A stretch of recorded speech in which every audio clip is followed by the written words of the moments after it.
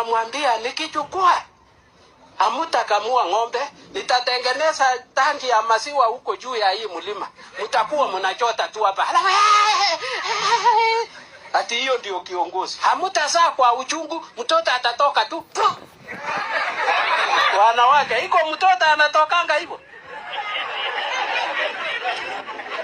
Yani na hiyo ndio watu wanataka kuchagua. Watu walikuwa wamekuja kwangu wakasema uwe gavana ya Bomet.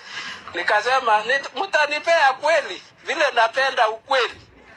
Kwa sababu nitaambia nyinyi ukweli.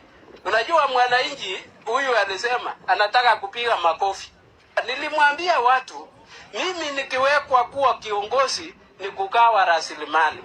Hii rasilimali ni yenu.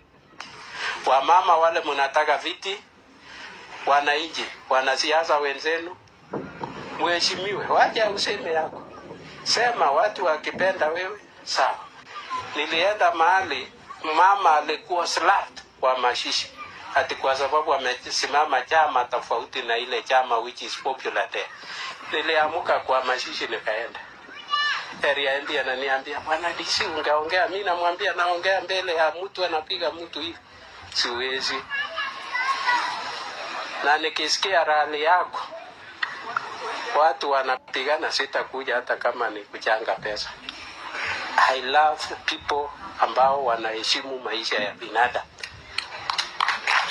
Asanteni sana. Tunaenda hali ya kuchaguana, tufanye campaign kwa njia mzuri.